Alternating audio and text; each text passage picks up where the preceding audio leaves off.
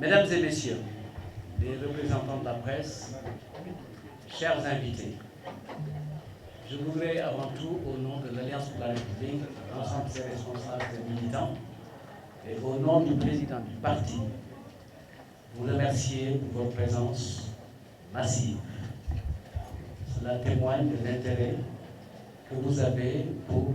les points de vue de l'Alliance pour la République relativement au contexte politique actuel, mais également en reconnaissance de son parcours politique. Merci. Vous aurez constaté de vous-même notre option de respecter la courtoisie républicaine des 100 jours. Ce silence était choisi, il n'était pas subi. Le président de la République, son Excellence Bassirou Diomaye Diakhar Faye, a choisi, lui, de mettre un terme à la trêve de façon si inélégante. Bref, l'objet de la rencontre de cet après-midi est de vous livrer notre appréciation des 100 premiers jours, mais également d'apporter des éléments de clarification relativement à quelques contre-vérités relevées ça et là lors de sa rencontre avec la presse nationale. Pour aller vite, une appréciation simple. Absence de cap, absence d'orientation sur les politiques publiques, inexistence du projet, reniement en cascade, dénigrement, menaces,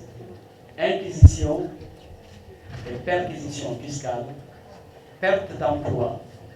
pour ne citer que cela. Le seul bémol que nous avons constaté et qui permet d'atténuer cette appréciation, c'est la poursuite de nos grandes réalisations. La poursuite du plan Sénégal émergent, la mise en exploitation de Sangomar pour le pétrole, la mise en service du BRT, la reprise de l'opération mensuelle, le nettoiement, etc., etc. Certes, pour nous, les 100 jours ne peuvent pas faire l'occasion de présenter nos bilans. Nous en convenons. Mais reste une opportunité majeure pour définir un cap, les orientations fondamentales de la vision et du projet politique à mettre en œuvre pour apporter des réponses aux attentes et aspirations légitimes des populations. Hélas,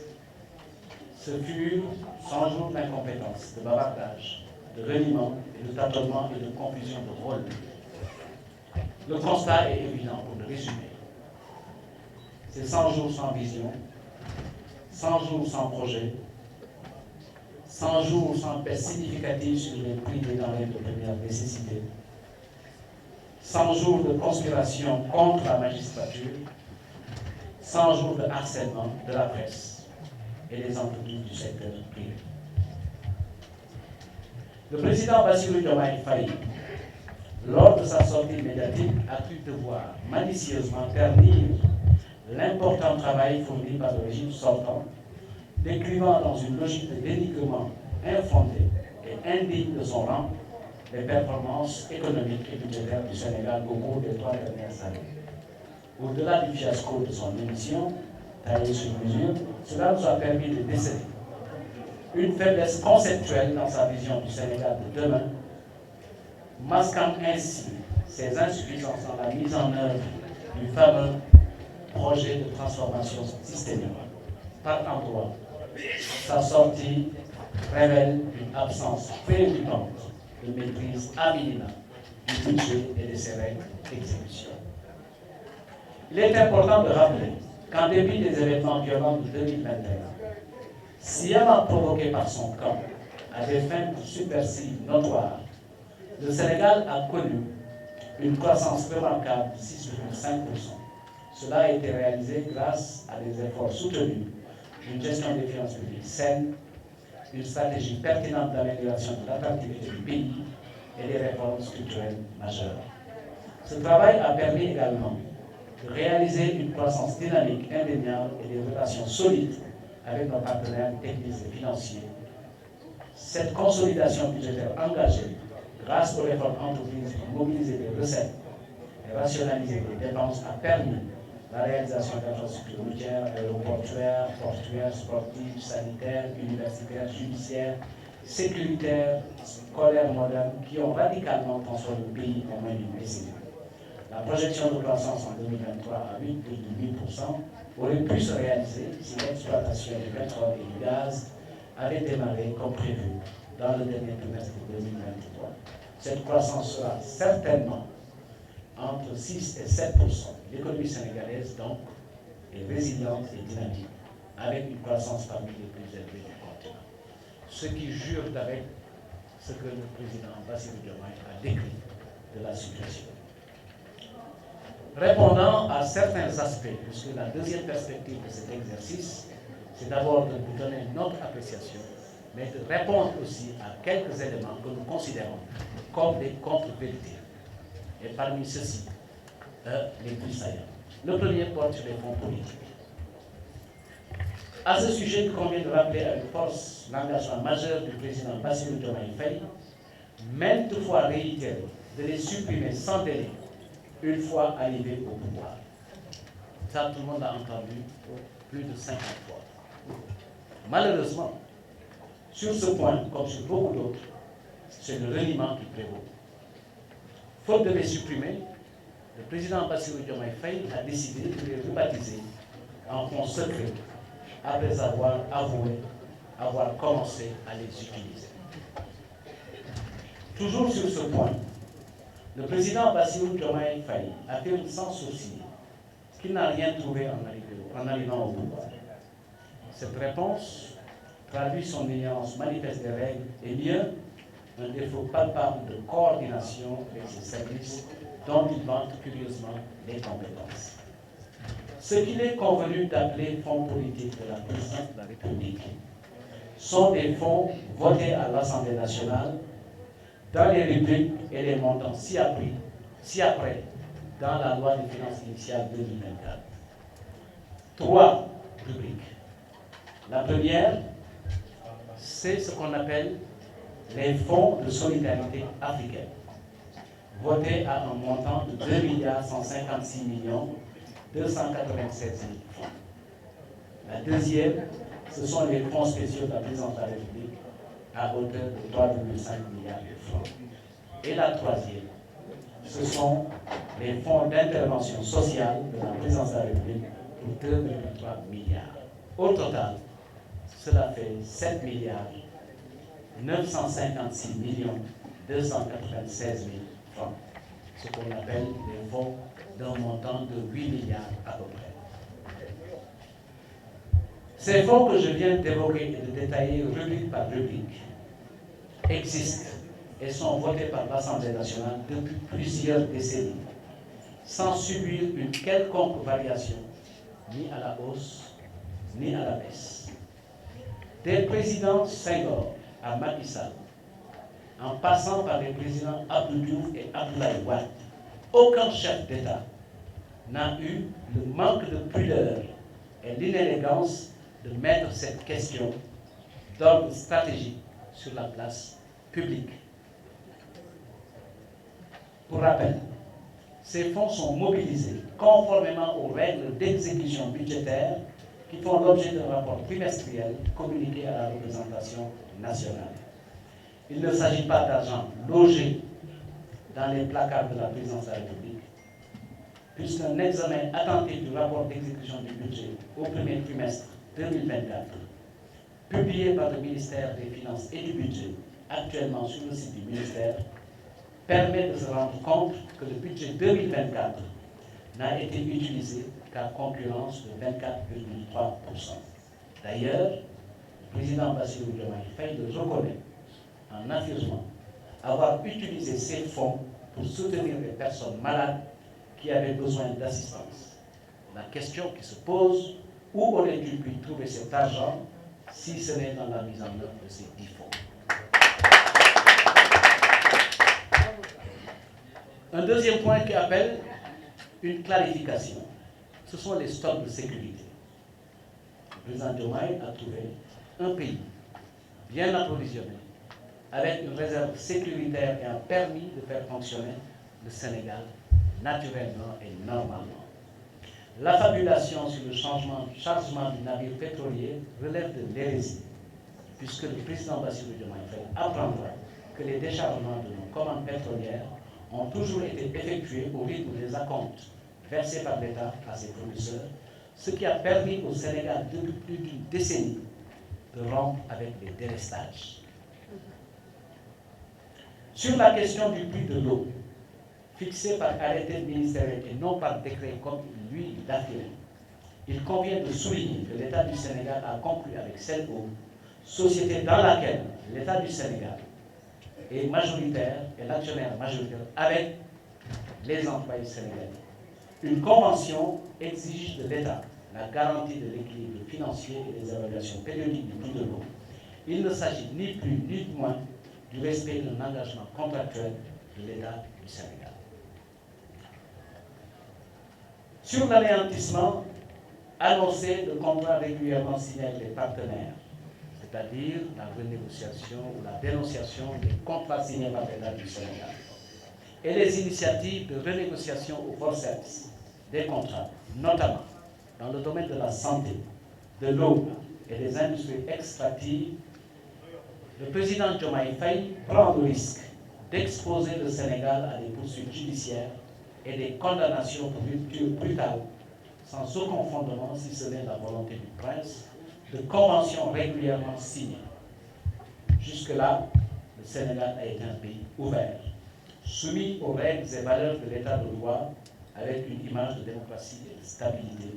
qui lui ont permis d'être l'un des pays les plus attractifs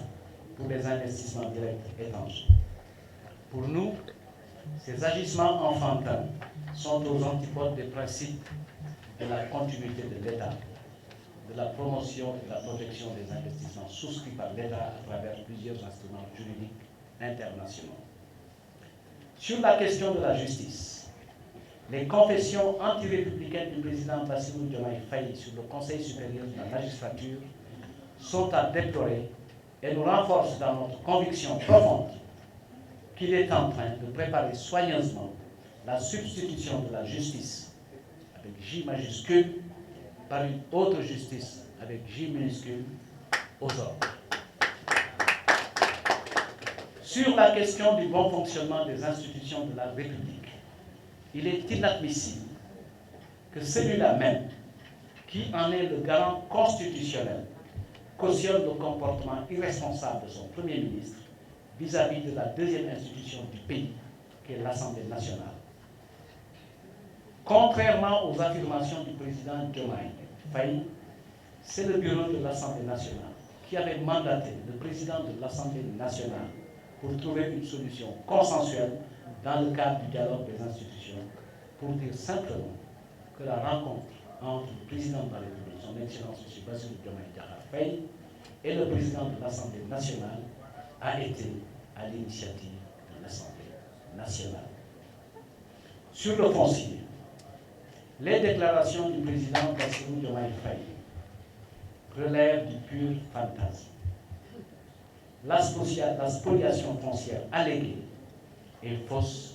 et inexistante. L'examen des décrets dont vous aurez tout à l'heure copie, 2022-1441 du 25 juillet 2022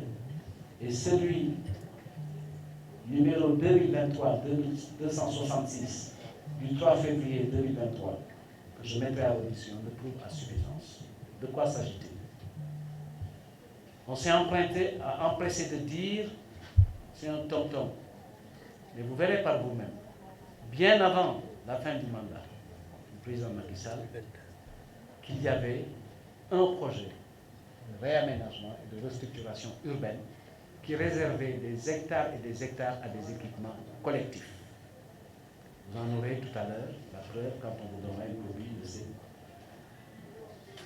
de ce décret. La liste pourrait être longue, mais on a choisi l'option de la clarification plutôt que celle d'être exhaustive. Vous aurez compris naturellement que dans le cadre de ce point de presse, il n'était pas facile d'être exhaustif, sinon ça allait vous ennuyer. Ce qui compte, c'est de comprendre la double perspective qu'on avait. D'abord, pour donner notre lecture et notre appréciation des 100 premiers jours.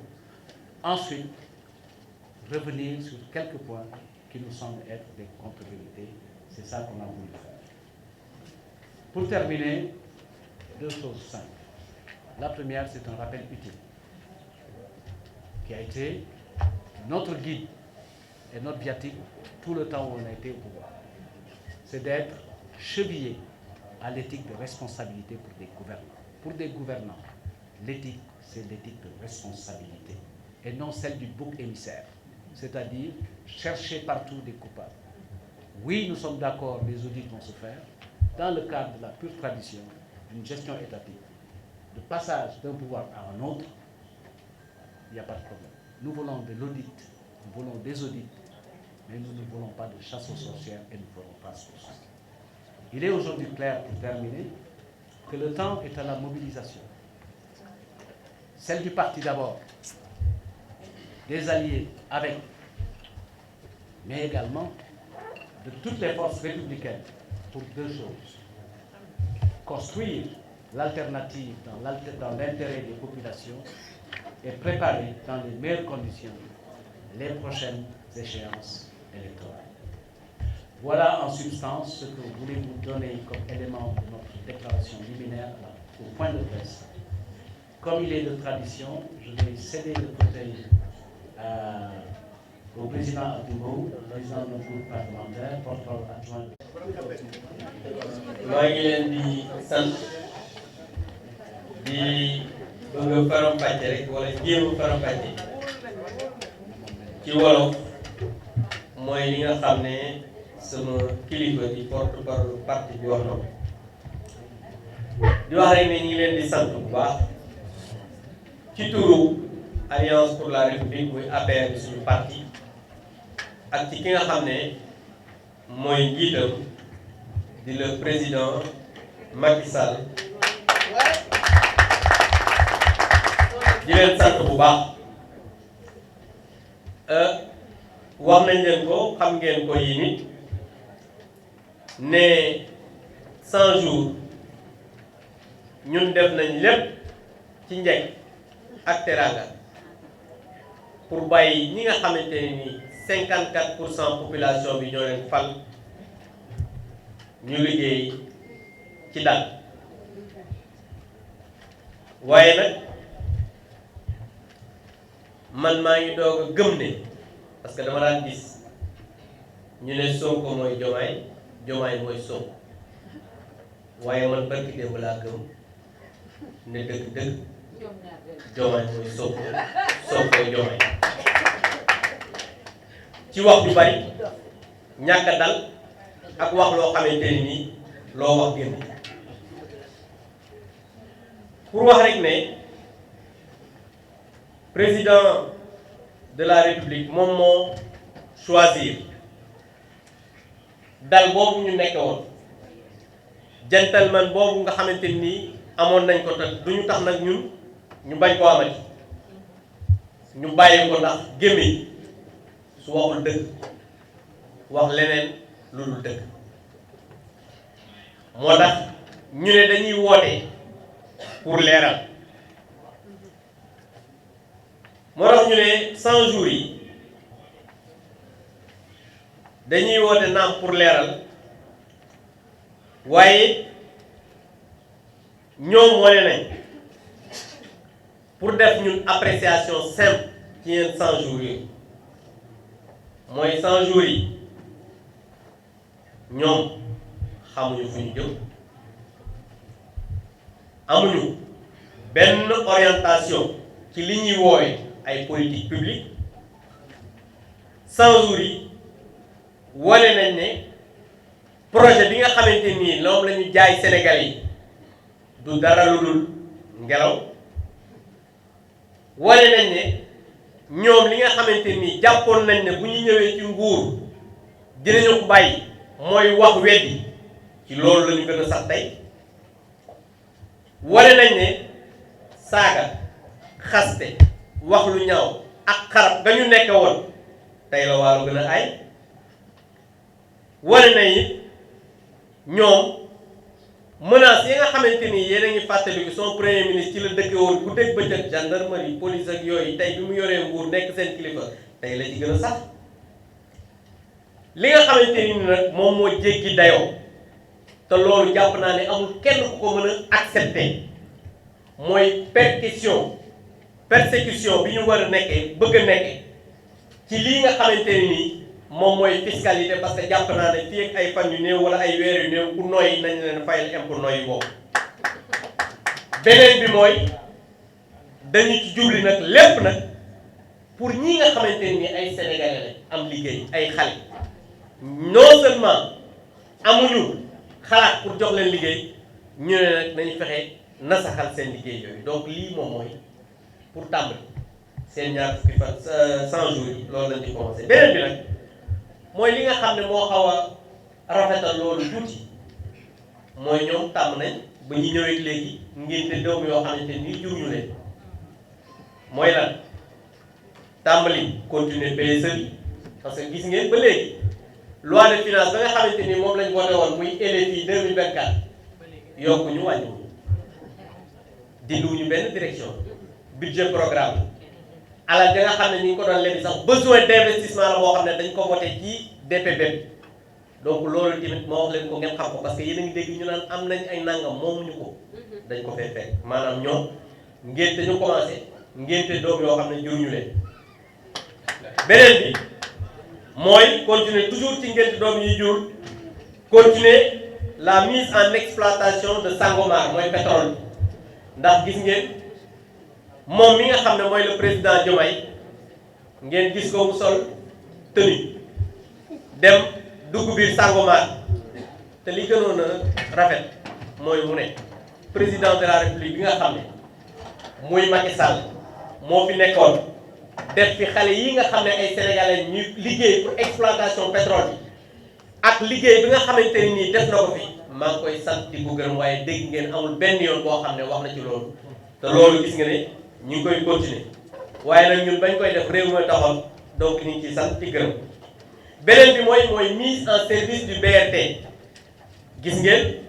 bi ñu ñëwee li ñu njëkk a inauguré moom mooy xool rek doom yi nga xamante ni bàyyi woon nañu dañuy doom yu baax nag ñu ne nañ leen ngénte mooy mise en service du BRT yéen a ngi dégg ñu def ngandam tole ci li ñuy woowee mooy setal yéen bu leen fàtte ne dañ doon wax ne premier samedi de chaque mois ñoom ñu ne chaque mois loolu lu ci soppeeku donc loolu it baax na ñu koy leeral di wax rek ne 100 jours yi waxuñu mën nañ ci présenter bilan mais opportunité la pour que ki nga xam ne moom la ñuy jox réew te yow nga ne da nga am programme mooy projet bi ñuy wax da nga xamante ni ba léegi génnagul moom la ñuy wër nga génne ne man kat fii laa bëgg a jëm wala nga ne politique yi nga xamante ni sama vision ci wàllu politique lii la cëslaay yi nga xamante ni ci laa nar a sukkandiku lii la pour que population yi nga xamante ni surtout ndaw ñi ngi nekk tey ji continuer di dee ci géej gi ñu ne kat ñun ñi nga xam ne ñoom lañ fal am nañ ay orientation yu baax ñun kat mën nañoo toogal ni pour xaar waaye comme loolu amul loolu moo tax phénomène boobu gis ngeen ñu mel donc ñu gis ne 100 jours yi li ñu wane mooy tële wax ju bari loo waxoon génn ci tâtonnement ak ay confusion de rôle kenn xamul kuy président kuy premier ministre parce que président bi sax moom ci boppam nee na li mu bëgg moom mooy ci premier ministre bi nekk sax place moom wane na ne moom amul matu pour nekk président loolu yéen ñëpp yéen a ko dégg doo yéen sénégalais yi je pense que loolu gis nañ ko beneen bi mooy li ñu mën a xool mooy 100 jours yi 100 jours la yoo xamante ni amul vision 100 jours bu amul projet 100 jours boo xam ne liñ doon xaar ci wàññi njëg yi kenn gisu ko 100 jours yoo xamante ne nii dañu dëkk di continuer di ñoñoxal li nga xamante ni moom mooy magistrat yi 100 jours yoo xamante ni dañuy harceler la ñuy wane la ñuy woowee presse bi ak li nga xamante ni moom mooy entreprise yi yu secteur privé yi donc loolu mën nañu wax ne 100 jours yi mën nañ ko tënk ci loolu. président Bassirou Diomaye Faye ci sortie bii mu génn yéen a ngi dégg mu bëgg a ñaawal parce que jàpp naa ne li gënoon a jekk rafet mooy soo amee koo xam ne danga koo wutu sénégalais yi fal la à 54% ak lu topp li gën a dal mooy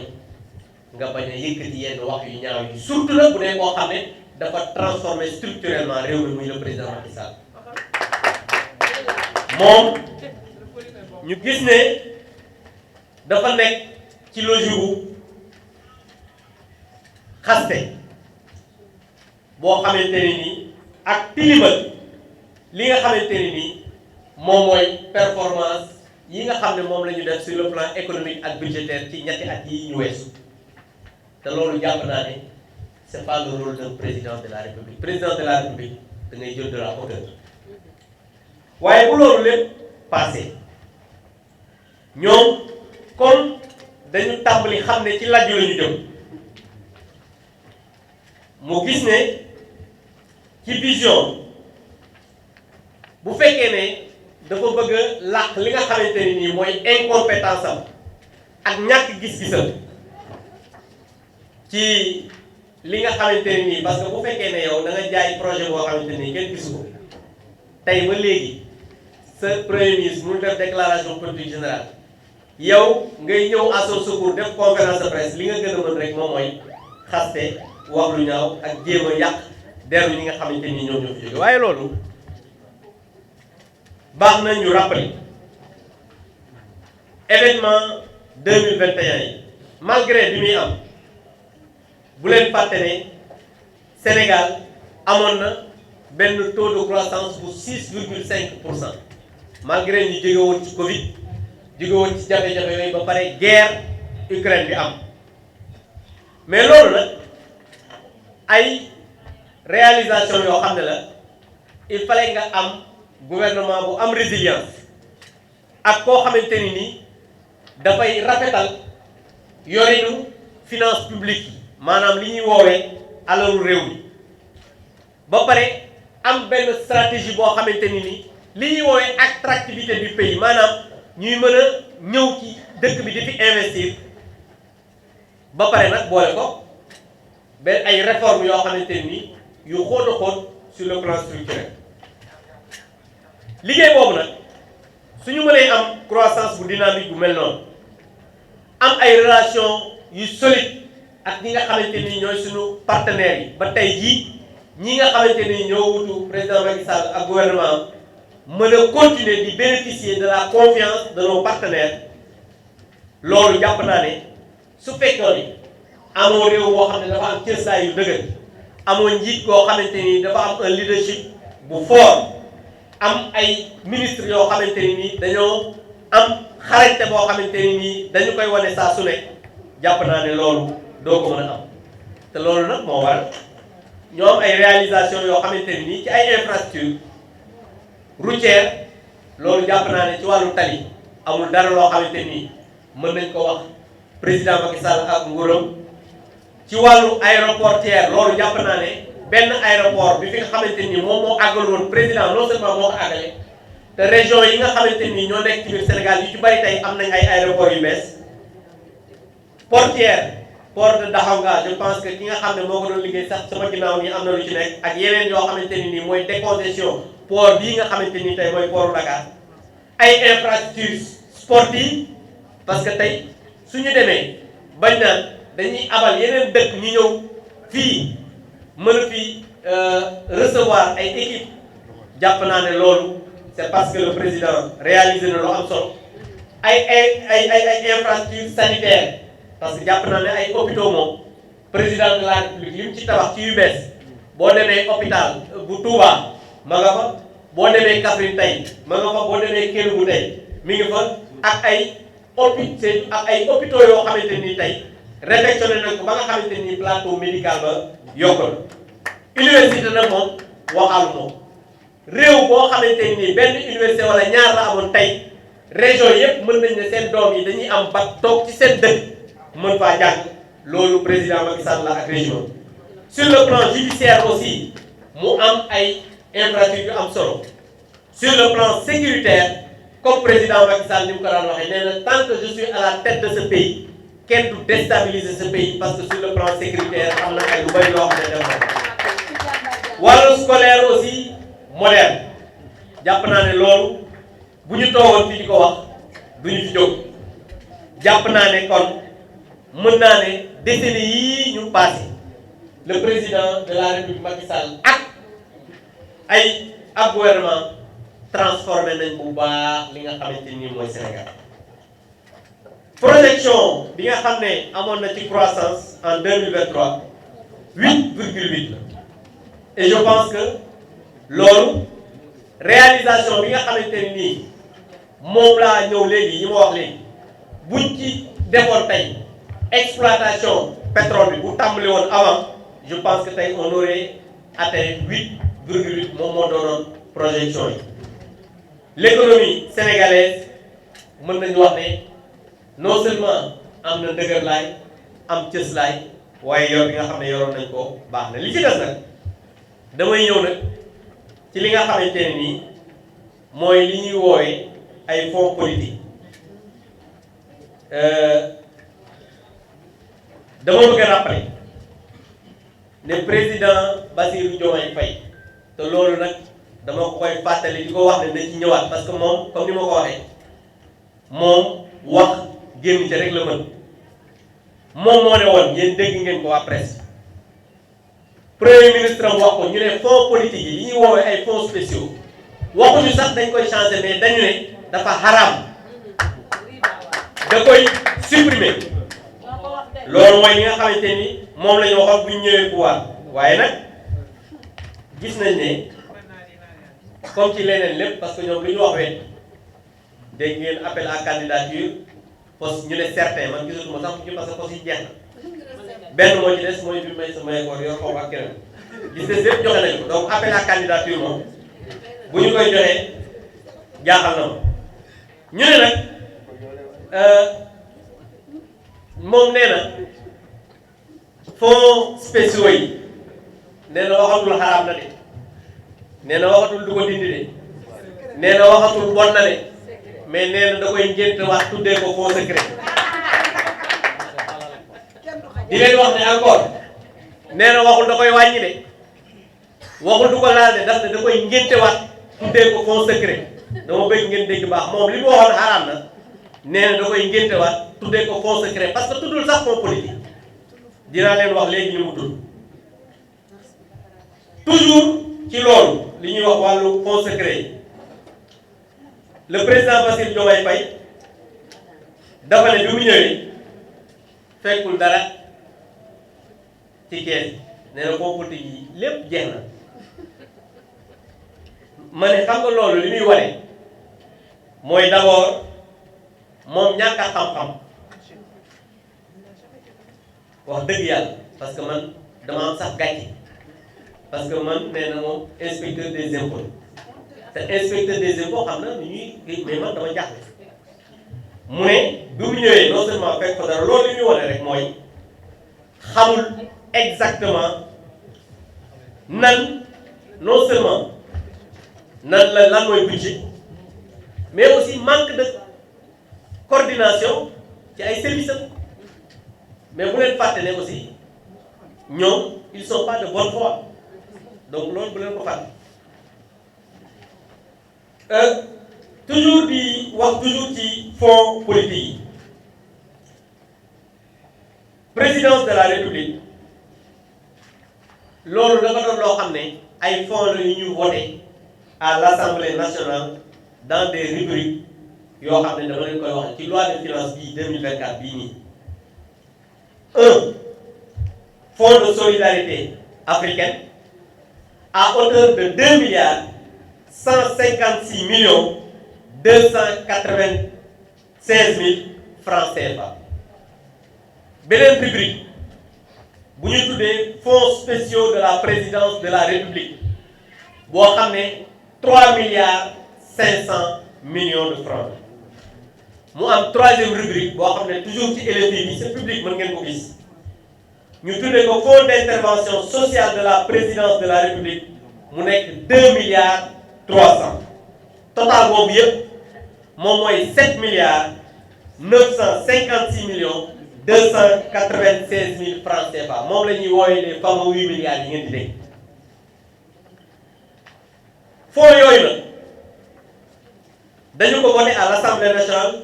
et depuis plusieurs décennies nii leen ma leen ko waxee nii ci président Abdou Diouf président Abdoulaye Wade président Macky Sall ba tey jii ci Bassirou Diomaye Faye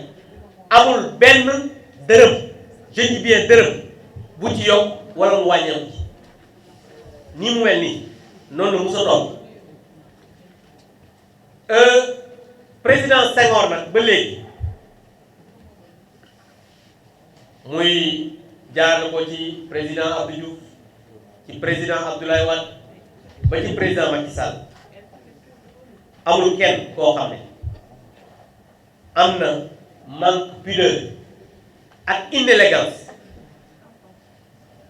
di jël loolu nga xam ne nii c'est une question stratégique boo xamante ni c'est laissé à la discrétion d'un chef d'État mu koy wax ci mbedd moom kese moo am cette inélégance là. Maintenant damay rappeler ne ces fonds dañu ko mobiliser conformément aux règles de li ñuy mobiliser ak di ko exécuter budget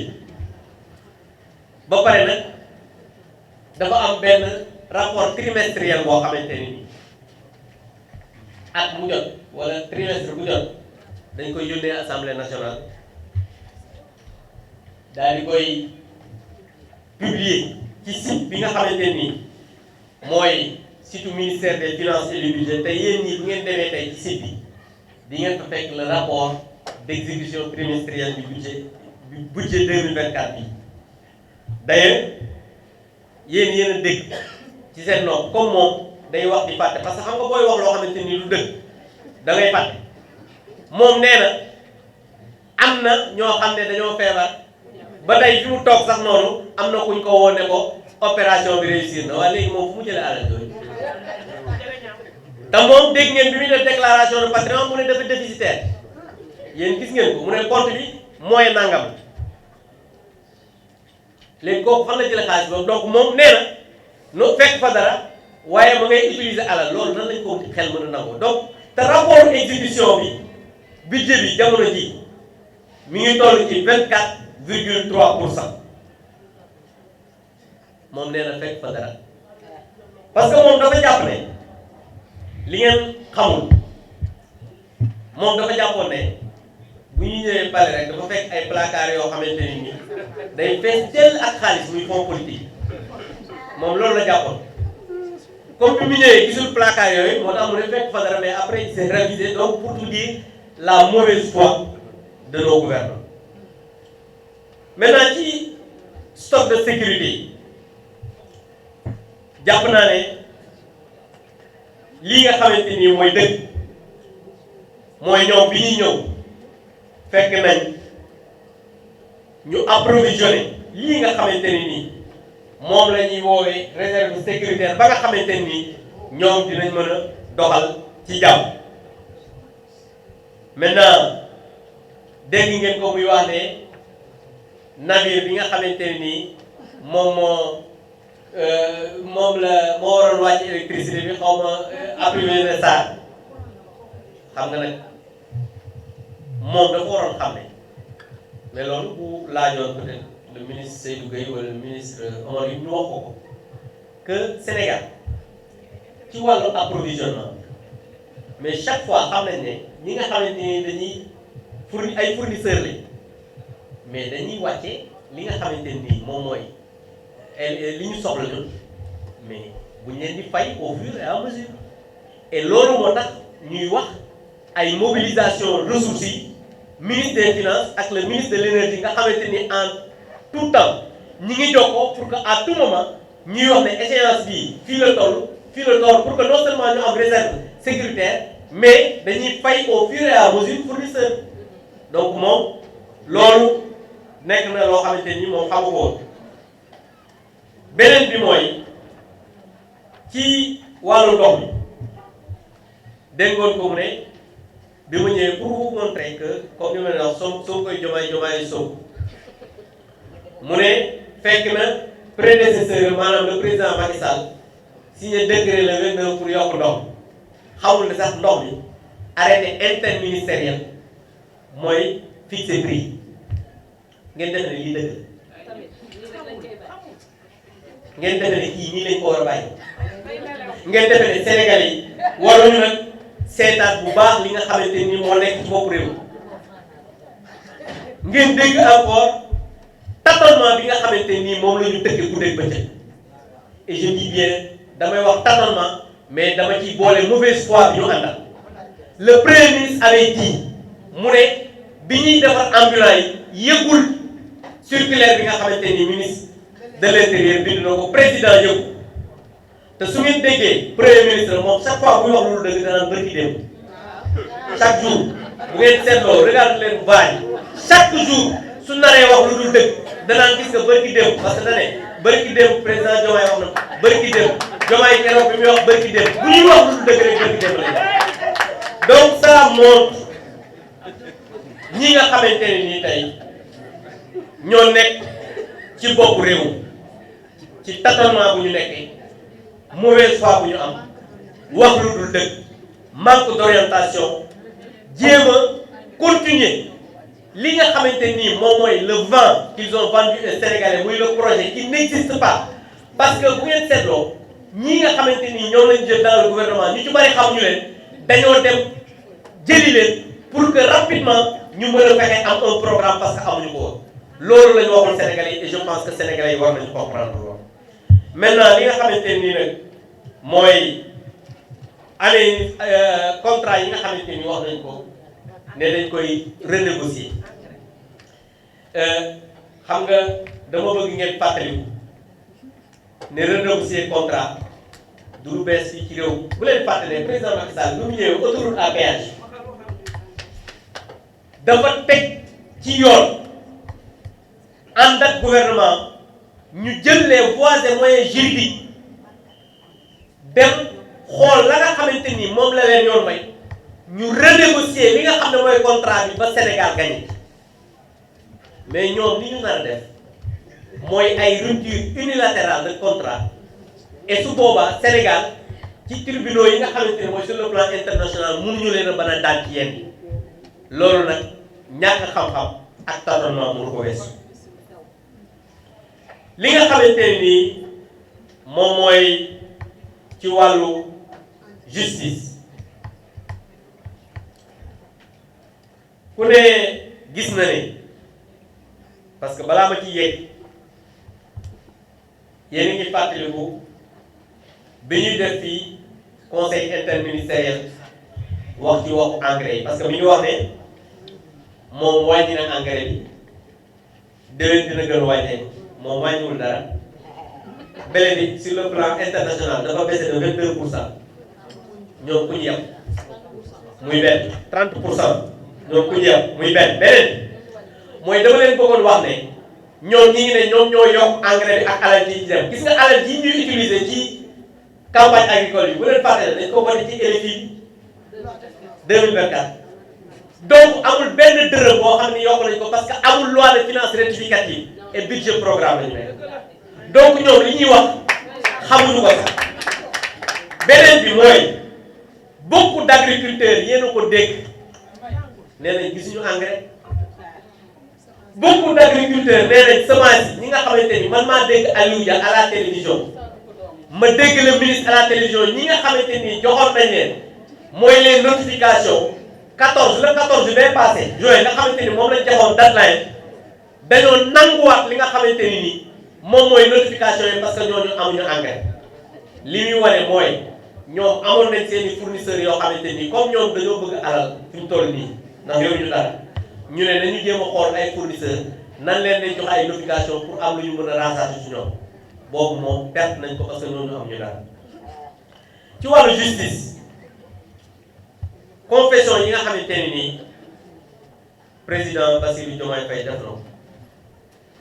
war naa tiital képp kuy Sénégal et war nañu ñaawlu bu baax et li nga xamante ne nii moom lay waajal naan waxtaan na ak premier ministre te ku ne xam na ne premier ministre n'est pas membre du conseil supérieur de la magistrature ku ne xam na ne les magistrats c'est de hauts fonctionnaires seen affectation na muy demee ñoom seen biir ku ci nekk da nga am dossier boo xamante ni da nga am un dossier béton ñu koy waxtaane ci conseil supérieur de la magistrature donc léegi moom li nga xamante ni moom la ñu naan parce que tàmbali nañ di menacer nit ñi di wax naka su dul noonu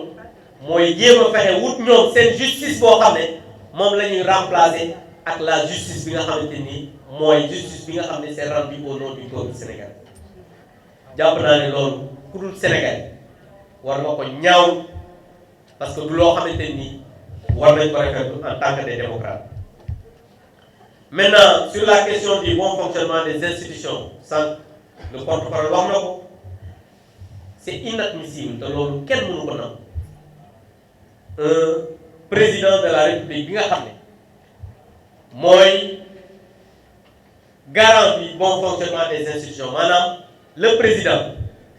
moom moo war a fexe institutions yi nga xamante ni ñoo ŋànk réew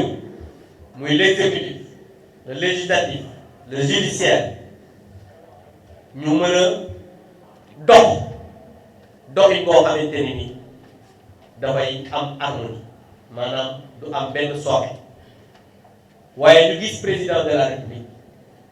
mu toog ci kanamu Sénégalais di encourager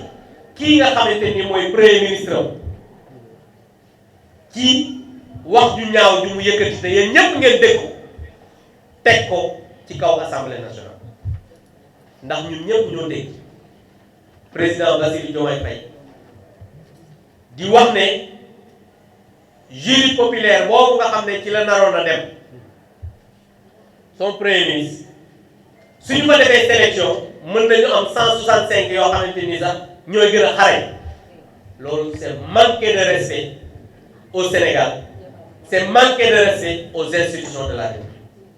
et je pense que loolu lu ñuy ñaawlu la moom Bassirou Diomaye le président toujours ci assemblée nationale dégg ngeen ko mu toog daal di ngand ne man kat journaliste bi comme dañuy préparer seeni question mu wax ko ne ko moom nan la def ci affaire assemblée nationale te ku ne xam na ne ba affaire assemblée nationale bi kenn dégg mu ne moom moo jël décision pour li jël ci problème bi loolu dëppoowul ak li am président Bassirou Diomaye Faye assemblée nationale bi coow li commencé ak son premier ministre waxu ci bindu ci wootewu ci jëfu ci parce que moom moo wax ne moom moo nekk à l'initiative pour régler problème bi réglé wul dara et je le dis ici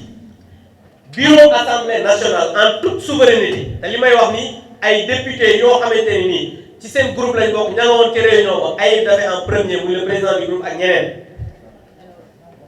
ñoo jël la décision wax président de l'Assemblée nationale na nga jël contact parce que nag xam nga ñun dañu xam lan mooy république ñun dañu respecter Sénégal ñun duñu wax ci mbedd mi comme moom premier ministre mag moom ni ñu koy defee dañu réunion bureau wax président de l'Assemblée nationale bureau bi jox ko mandat nekkoon na jël contact ak le président de la République ce que le président de l'Assemblée nationale a fait qui a été à l'initiative quoi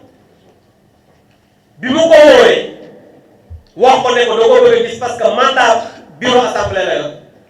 répondre ko ci suba nga répondre ko ci ginnaaw suba après la ko woon ñu toog waxtaan ngeen dégg ci président mu ne vendredi président Diomaye réunion nañ président de groupe yi ba am nañ accord total loolu du dëgg ndax man maay président groupe parlementaire majoritaire à l'Assemblée réunion ba ñu waroon a am xam naa ne comme yëgoon na ne dañuy réunion comme moom xam naa ne dañ ko rendre compte lu bari parce que moom mooy njiit bi waxuñu ko di am dañu ko waxoon xam naa ne ko réunion am na vendredi mais après comme moom du njiit bi waxuñu ko di am vendredi man maa jël la responsabilité comme dama tukki woon woo les deux présidents de groupe ne ko réunion bi dañ koy dàq donc réunion bi muy wax ba fi may wax yow amul muy beneen bi mooy il a dit que oui il y a un accord total j'ai même entendu mon collègue Ayib Daffé le dire accord total amul parce que ñoo xam ne gisee guñu mënu ko ñoo am accord total te gisee bi ñu war a gisee man maa ko convoqué suba la war a doon talaata du suba la talaata à 10 heures te tam xarit bi sax xamuñu ndax dina am déet donc pour dire simplement que accord total bi ñuy wax dara amu ci il n'a pas été à l'initiative jëluñu benn matukaay moom nee na moom moo wax premier ministre mu bañ a dem le 15 parce que am na accord amul donc tey le 15 wax ko mu dem wax di kay xam nga mooy lan premier ministre bi def na njombe ne moom balaa le 15 su assemblée nationale règlement intérieur bi changé wuñ ko dina dem ci benn bi tey le 15 te changé wuñu dara xoolal changé wuñu dara donc juste pour vous dire que initiative yi nga xamante ni nii moom moo am au niveau de l'Assemblée nationale tàmbaliwul tey beneen bi c'est aussi grave que le président de la République toog ci kanamu Sénégalais yi naan règlement intérieur bu ñu participer c'est très grave c'est très grave pourquoi je le dis tey jii nous admettons ñun nangu nañ ne Assemblée nationale am na loo xam ne war na ko mottali ci règlement intérieur waaye taxul mu bañ a am règlement intérieur parce que kon député yi nga xam ne ñooy passé yéen a déglu Ayib Daffé bi mu demee te rajo Babacar Fall ne ko yow barki démb lañ la nommé président du groupe ci règlement intérieur mu ne boobu baax na leneen bi xam nga juste pour dire que y a bel et bien un règlement intérieur à l'Assemblée nationale boo xam ne intégré wuñu après poste premier ministre bi ñëw li nga xam ne moo concerné les articles du premier ministre loolu moo am et loolu dañ ko rencontré taxawul ñu am règlement intérieur mais loolu tamit terewul ma wax leen ko aussi premier ministre article 55 bi moom moo tënk ne ko le premier ministre doit faire sa déclaration politique générale dès sa nomination comme constitution la mooy ndeyu sant réew mi lii mooy wax ji fee dañ ne waxuñu war na def war dañ ne dafa war a def mais nag soo amul xam-xam nangoo contradiction amoo programme loo wax génn ca te baar baa ngi lay bëgg a rey da ngay bañ ñëw assemblée nationale bu jàkkaarloo askan ci wàllu foncier bi xam nga dégg nañ président Bassirou Diomaye li muy wax dëgg yàlla ci imagination rek la existe ndax mi ngi wax ay waxu spoliation foncière amul tey amul démb xanaa ñoom ñu amal ko suba te gis nga examen décret yi nañ leen ko jox léegi ngeen gis ko boo xam ne 2022 décret 2022 14 41 du 25 juillet 2022 xam ngeen loolu yàgg na et celui de 2023 2023 266 du 3 février 2023 yi nga xam ne léegi dina leen ko distribuer pour ngeen xool ne mbuurkat bi ñuy wax décret déclassification yi ak la nga xamante ni moom lañ ci prévoir pour ay édifices publics te loolu ëpp na 70 000 fois ci li nga xamante ni mooy ay parcelles yi nga xam ne moom la ñu wax ne moom la ñu war a jox ay sénégalais gendarmerie ay cimetières musulmans cimetières catholiques stade am na ay groupe gare bu roteur am na gare maanaam di ngeen ko gis léegi lépp loo xam ne sénégalais war na ko soxla ma nga foofu mais yooyu est-ce que mos ngeen koo dégg yéen dafa mel ne dans la conscience des sénégalais dañoo jël mbuurkat rek séddale ko ñun ñii nga xam ne ñoo dëkk Thiès nit ñi nañ leen di wax li ngeen xam ne mooy dëgg te moo am moom suy wax waxu spoliation foncière musu leen koo dégg mu wax ci li nga xamante ni nii ay terrain yu ñuy attribué la te ku ne xam na ne fépp fu ñuy séddalee ay terrain ñi njëkk am mooy syndicat bi yéen gisoon ngeen sax bi nga xamante ni jaayoon na ko ministre des finances terrain boobu pourquoi moom waxu ak yeneen ak ministre des finances Diomaye bi mu jaayoon ministre des finances gis ngeen ko te booba mooy fi nga xamante ni foofu la ñuy wax ne arrêté nañ ko mooy booru aéroport loolu yàggul bokkul ak yeneen yi nga xamante ni loolu lépp nit ñi ngi koy gis di ko xam donc je pense que nit ñi war nañ dal li ci des daal mooy mën ngeen a nangu ne exercice bi ñuy def mënuñu wax lépp mais c'est juste dañu préférer rek woo indi ay leeral ci loo xamante ni mën na lënt ci xelu sénégalais yi te suñu conviction bi nga xamante ni moom la ñu gëm mooy boo nekkee njiit ñu fal la dénk la jàpp naa ne li nga war mooy nga am responsabilité ak mat ak dal te bañ lu génn rek nga bëgg a wut koo xamante ni moo ko koy boobu li nga xamante ni nag mooy mujj mooy dañuy engagé di woo képp koo xam ne militant nga ak sympathisant bu Alliance pour la République parce que pour que ñu gën a booloo gën a nekk benn et se préparer pour les échéances futures maanaam élection yi ñëw parce que ce qui est sûr mooy élection dina ñëw te jàpp naa ne jamono bii la ñu war a gën a toog waxtaan booloo nekk benn bokk ndey ak bàyyi pour que élection yi ñëw ñu mën ko gagner maa ngi leen di sant di leen gërëm wasalaam.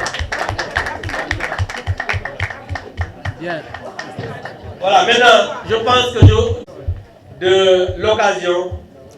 pour l'APR tout entier est solidaire de l'otage en ce moment du régime de Bassirou Diomaye Faye, Bah Diakhaté. Et le régime en ce moment où on vous parle, il est même encore convoqué à la DIC. dinañ wax rek ne Bah Diakhaté bi nga xam ne otage politique la jàpp nañ ne acharnement bi war na doy otage politique la et incha allah dinañ continuer nekk ci wetam ba li nga xamante ni mooy injustice bi ñu mën ko bàyyi. Merci.